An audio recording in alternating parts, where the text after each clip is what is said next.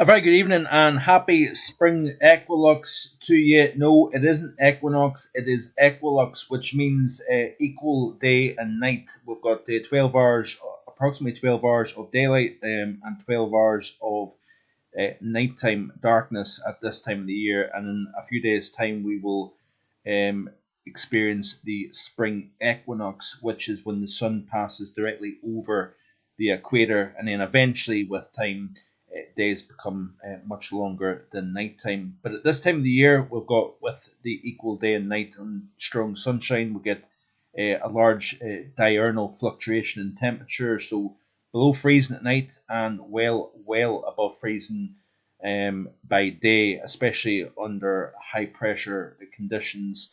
And that is exactly what we're going to see over the next few days here as high pressure builds over the British Isles. It was a cold start of the day across the British Isles, but as the afternoon wore on, we've seen the temperature significantly rise, as you can see here. So this is the current temperatures, by the way. We did have a frontal system that is now weakening as I speak, pushed through, especially across northern Scotland, where I live here in Invergordon. We've seen quite a heavy spell of squally weather moving through. Ahead of that, temperatures rose to 10 Celsius after a frosty start at -2, and now the temperature is coming back down once again and feeling distinctly chilly in that wind, I must add. But further south, it is mild with temperatures well in the double figures. As we progress through the next couple of days, high pressure will move to the east and build. We're going to pick up some very dry air from the near continent.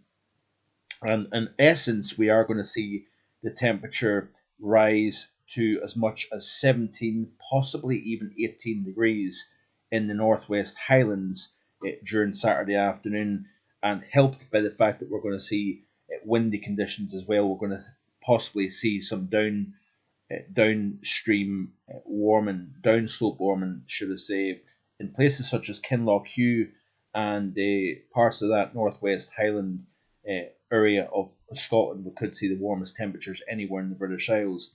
But that frontal system pushes through. We are going to see behind that the high pressure building. Then, of course, it becomes established east of the British Isles. So we're turning our air in from the southeast, and that, like I say, is pulling in some very dry continental air.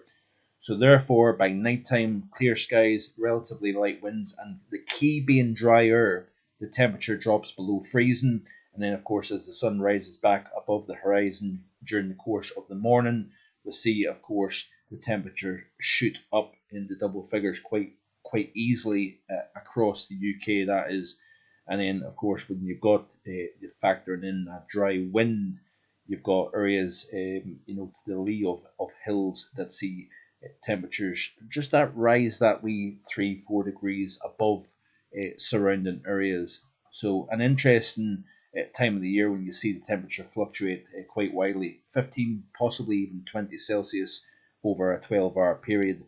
But you can see here as I play through the loop, that area of high pressure, 1051 millibars, very strong indeed. That kind of just is anchored over the near continent, over southern Norway, and that means that we will continue to see dry conditions throughout much of next week. We've got a little feature, as you can see here, that comes north from south to north during later Sunday and into Monday. That feature then moves away. We continue to see this high pressure dominated pattern throughout much of next week. Then eventually the GFS sees a frontal system trying to approach from the west during the course of Friday and into next weekend. But of course, that is a long way out.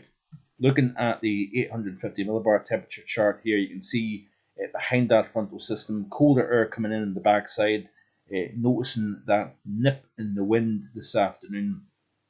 But that quickly gets pushed out to the north here as the high slides to the east. And of course, you drag in milder air from the south. And then it looks as if it's going to continue to be the case through the course of the weekend. This is on Saturday at 9 o'clock, 12 o'clock, 1500 hours.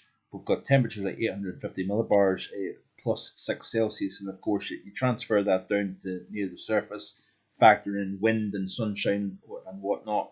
You've got temperatures probably 17, possibly 18 degrees in the northwest of the Highlands here. So rather interesting stuff indeed. So yeah, certainly are going to see big fluctuations between day and night, and the emphasis very much being on dry conditions. Of course, I'm wearing my Rangers shirt tonight. Big night in Europe for Rangers. Of course, we beat Red Star Belgrade 3-0 at Ibrox last Thursday night. And, here's hoping that we can do the business tonight in Belgrade. Chilly conditions, probably rather, close to freezing in the Serbian capital, I believe. I did say, a few days ago that the capital of Turkey was Istanbul. It was rightly so corrected. That is, of course, Ankara, but I believe Belgrade hopefully is the capital of Serbia. My mistake. But certainly will be a very interesting night indeed. This, if we do get through to the quarter final, that will be the first time that Rangers have got through since 2008 to that stage in a European competition. So I don't know what team you support. Do go into the comments section and let me know if you support any team. If there's any Chelsea fans out there, I'd be interested to see what your opinion is with regards to the Chelsea situation at the moment. I do believe that there has been a London-based company. It's been rumoured that there's a bid put in for Chelsea, which would be good, of course. Just crazy situation going on around the world at this moment in time. But anyway, I'm rambling on. Hope you enjoy the rest of your evening, and I'll be back hopefully again tomorrow with more. Bye for now.